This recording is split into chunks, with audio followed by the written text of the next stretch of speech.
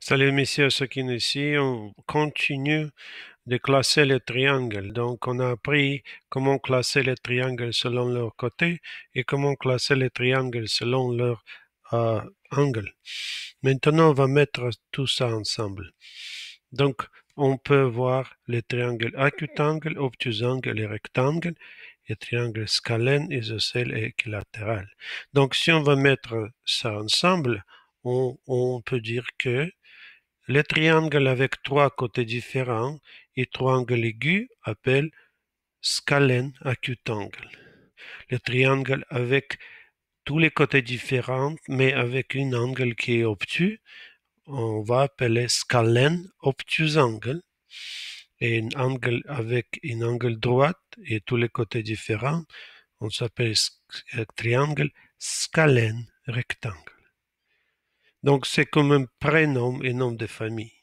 Encore, si on a un triangle avec deux côtés congrus et tous les angles aigus, on va appeler isocèle acute-angle. Bien. Triangle avec deux côtés congrus et un angle obtus, et il s'appelle isocèle obtus-angle. Bien. Et triangle avec un angle droit et deux côtés congrus s'appelle triangle isocèle rectangle. Finalement, il y a un triangle équilatéral avec tous les côtés congrus et tous les angles aigus. Vous voyez que ces deux carrés ici, dans le tableau, ils sont vides. Est-ce que c'est une faute? Pourquoi ces deux carrés sont vides? Expliquez-moi, s'il vous plaît. Vous pouvez me laisser les commentaires sur le stream. Je suis intéressé de voir si vous pouvez expliquer pourquoi ces deux carrés sont vides. Bon, donc, maintenant tu es capable de nommer n'importe quel triangle. Donc, regardons le triangle d'hier.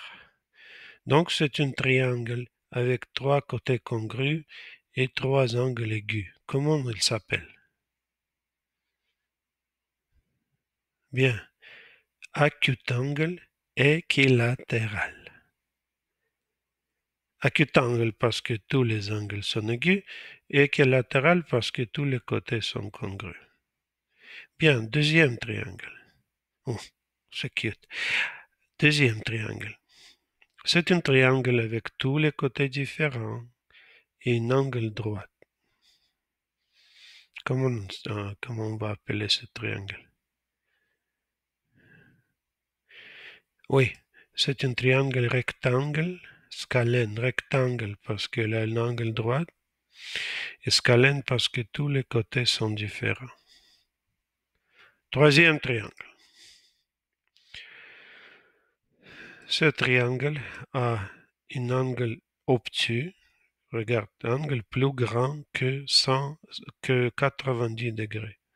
120 degrés, c'est plus grand, donc c'est un angle obtus. Et ces deux côtés sont égaux. Il ne s'est pas marqué ici, c'est une faute, mais ces deux côtés sont égaux. Donc, comment on va appeler ce triangle? Bien, c'est un triangle obtus-angle isocèle. Obtus-angle parce qu'il a un angle obtus et isocèle parce qu'il a deux côtés congrus. C'est clair? Ok, maintenant quelques commentaires. Premièrement, ici sur ce dessin, il y a quelque chose qui manque, qui était manqué dans votre travail d'hier aussi. Et je voudrais expliquer quoi. Quand on dessine les triangles, il faut suivre certaines règles. Il faut dessiner certaines choses pour que notre triangle est complet. C'est un peu comme mettre les majuscules, les points finaux dans les phrases. Il faut assurer que tout est bien fait. Voici, on a un triangle rectangle isocèle. Donc, je dois marquer que c'est un triangle rectangle isocèle. Pour marquer ce que c'est un triangle, je dois marquer cet angle droit avec un petit carré. Ça va être un peu googly-woogly, mais vous allez comprendre. Oui, donc ça c'est une... Je vais essayer mieux. Est-ce que je peux faire mieux? Je ne sais pas, je vais essayer.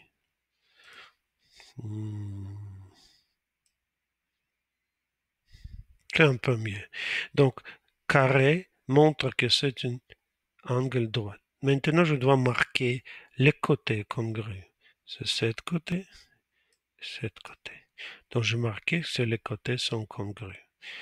Et finalement, pour tous les triangles que tu dessines, il faut mettre les lettres. Donc, je vais essayer. Quelle lettre facile à faire? X. Oups, ça c'est moche.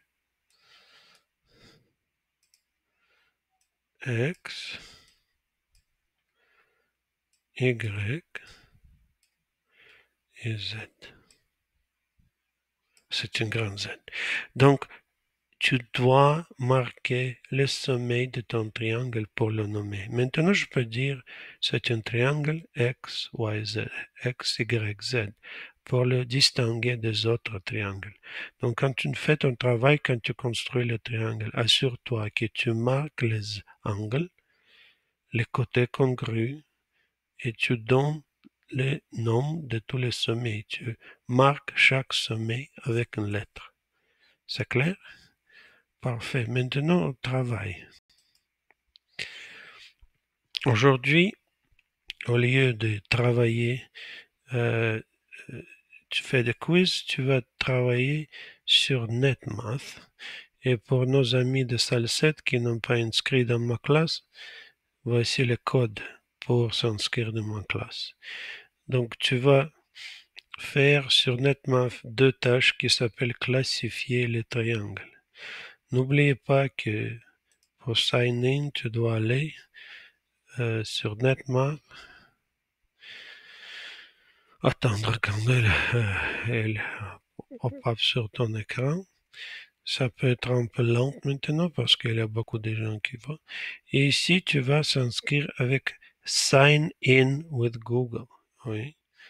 Tu vas cliquer ici. Après, tu vas choisir ton courriel de TDSB, ton nom, prénom et nom d'élève. Et après, tu vas entrer dedans, si ça va aller pour moi. Parce que ça prend beaucoup de temps. Oui, donc tu choisis ton courriel de TDSB.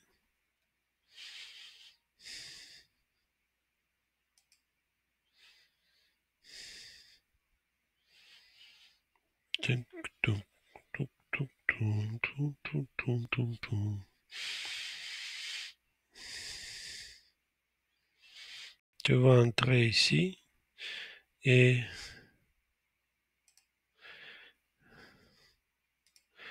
pour les activités sur ton page d'accueil, tu vas avoir deux activités classifiées des triangles. C'est deux activités que tu dois faire. Je sais que Sam a déjà fait ces activités, peut-être quelqu'un d'autre a déjà fait, mais donc si tu as déjà fait, c'est bon pour toi. Mais si tu n'as pas fait encore, donc c'est quelque chose que tu dois faire. Ok, bon, personne n'a fait ça ici. Et une autre chose que je dois dire, c'est la dernière chose pour aujourd'hui. La semaine prochaine, tu vas avoir besoin d'un rapporteur. Ce truc. Rapporteur pour mesurer des angles et pour dessiner des angles. Tu peux le trouver à la maison, tu peux le trouver dans le dollar store si tu ne peux pas aller au dollar store. Si tu as l'imprimante, tu peux l'imprimer, ce truc, tu vois. Roulette d'angle, tu peux l'imprimer, découper et utiliser comme rapporteur. Ou sinon, si rien ne marche, tu juste laisse-moi savoir et on va trouver une autre façon. C'est tout. Bonne chance aujourd'hui.